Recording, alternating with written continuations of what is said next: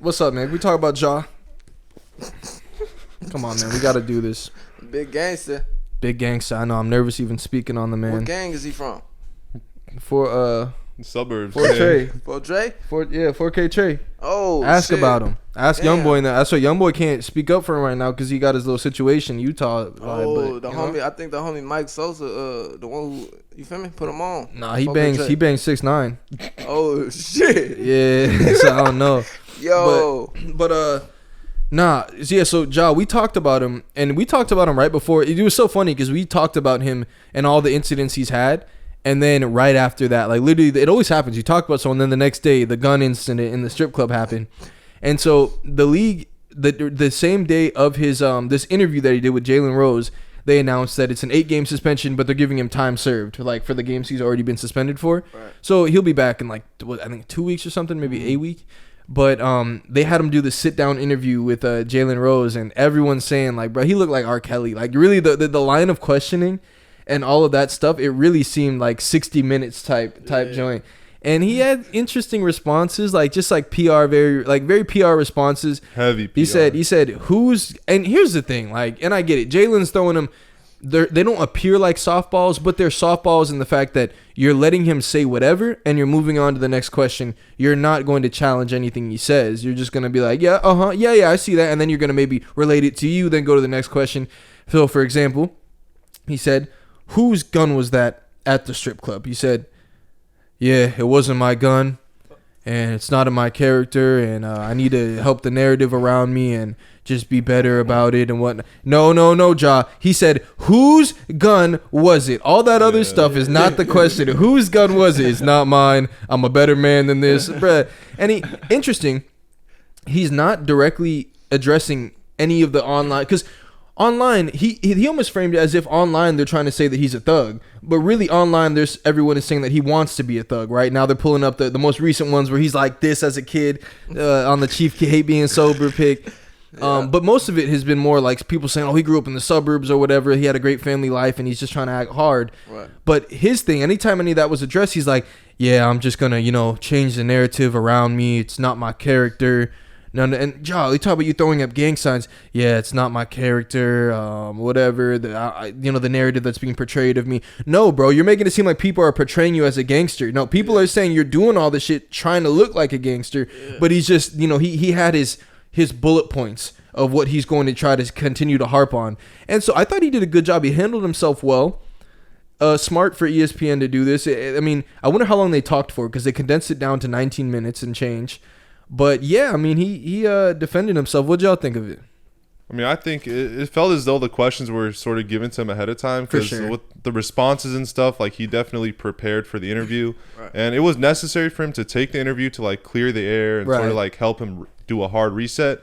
And for Jalen Rose, like I also understand why he didn't want to press him because it's like there's really no point in like trying to like make him look bad on this interview. Yeah, you're trying to help the kid. You're trying to help him, just help him get past it. This is like petty stuff, right? But that's why it's so funny the way they addressed it head on. Like they did it with like the utmost seriousness, and I feel like it is like you said, they're petty things, but they understand how big of a deal it's looking PR wise. Mm-hmm. So they're like, all right, we're gonna really have this interview like it's the most serious thing. Like, Ja, you're aware of how dangerous this type of act can be. Mm-hmm. And when realistically it's like, bro, you want some dumb shit right now. You need to get your shit together. Mm-hmm. And do you think it's sincere though? All the stuff he's saying about like getting counseling and addressing all these issues inside. No, I want to hear what Zakia has. Fuck counseling, man. What the fuck is you talking about? Yeah. Nah, man. But I see why Jalen Rose is the one who interviewed him because he had some shit going on in his career too. Mm-hmm. Like he got caught in the trap house. You feel me? Really? Yeah. You didn't see that? Shit, nah. Yeah, he got caught. Like a trap house got raided and he was in there. I don't know if it was around the Fab Five time or when he was okay. Yeah. It was around the Fab Five. I know what you're talking about. So yeah, he had just like Gilbert Arenas with the gun and shit. And he got should have been him who interviewed him. Gilbert. But, bro, Gilbert is like, his whole stance would be like, nah, they shouldn't do nothing. Who cares? They're selective politicking, bro. Who cares? Forget it. He's making you this amount of, who cares, man? Sweep it under the rug. Yeah. But Yeah, his whole thing of like, man, I figured out, so much about myself and I've been getting the help. Bro, he was in that motherfucker, checked in and checked out. That shit come on, bro. Bullshit. You know how much time it takes to really get yourself right if you're just dealing with so much stress and anxiety and like you didn't feel like you could ever express yourself. Bro, you don't go away for a week and you're just like, I'm back good again, man. Like, I got right. Like, bro, you must have found the magical therapist, bro. Introduce her to the rest of the world, man. You got to give him props, man. Like, I think the whole thing is cap, but also it was just damage control to make sure you could get back in there quick because they could have definitely suspended him for a really long time. Gilbert Arenas actually helped him not to get suspended for as long. For real? Because, he came out and made it really like public saying, yo, y'all can't, like, y'all didn't suspend me for a gun thing. You could suspend me for contract or conduct detrimental. And so based off that, like, you can't give him a super long, penalty for this because what he did wasn't about whatever the case may be. Either way, basically, his point was that it can't be as long, and they only made it 8 games, which is way better than what Gil and them got. Right. What'd they get? Like 58 games. Oh, shit. Gil lost 58 no games. No pay? Right? Nothing. But it seems just all damage control, bro. I don't think there's any sincerity, but I don't think there needs to be sincerity. I mean, I think like for him, it seems like he did have more of an understanding, and they did have one thing I like they talked about is him being the breadwinner that everyone is relying upon. Right. He really puts everyone at risk when he's doing certain things. But also, bro, like every situation, it's a family member is calling him through. His sister calling him through. He got to beat someone up. His mom calls him through. He has to push a security guard. Why do y'all keep calling Ja for everything? Right. This is the guy you want to call? Like, so you got a, multimillionaire, like Lil Baby's homies not, yo, Lil Baby.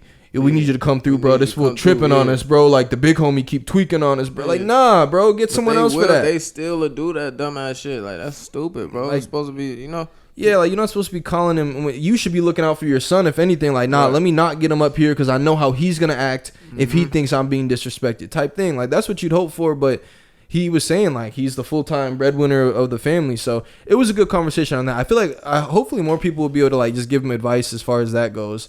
Right. But yeah, he is wilding, and they say, and then they trying to out him. They showing the pictures of him at the strip club with the girl bouncing it on him. The whole room was covered in money though. Did you see that? That was crazy. The entire room, bro. That looked really cool. But it looks okay. It looks cool, but to be honest, bro, like it was just him and her in that room, and like 2 other people just standing there. Like, kind of looks weird. You're in Denver. I'm just picturing being in the room and you just throwing money everywhere, but it's just you and a bitch in the room, like. What are you really doing that for? In which case, like, maybe you do need counseling, bro. Like, it's not like you in New York. What's that shit they all go to? That strip club. I forgot what it's called in New York. Everyone goes to it. Onyx, but no, there's one that like Joe Budden's in all the time. Lil Uzi being, but.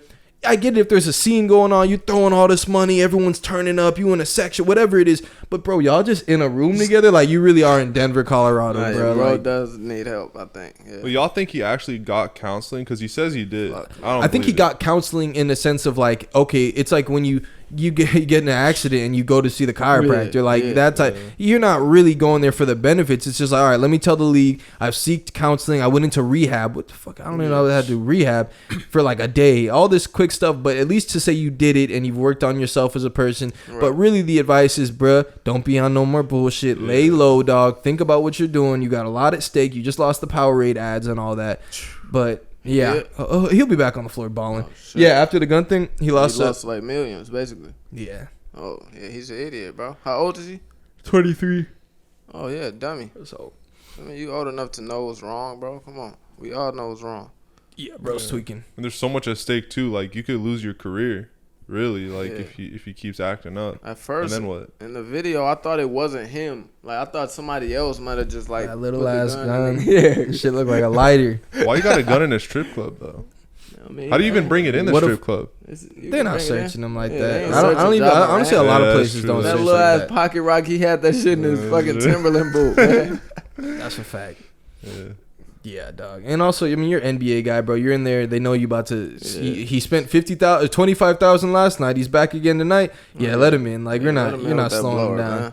Let him in whatever you want. But that's also how a lot of rappers get stuff in clubs, bro. Because people aren't searching them, especially you come in the back of a club. Exactly. They like, man, this nigga about to pay everybody rent. Like, just let him in, y'all. Bro. Like, let him do whatever he wants.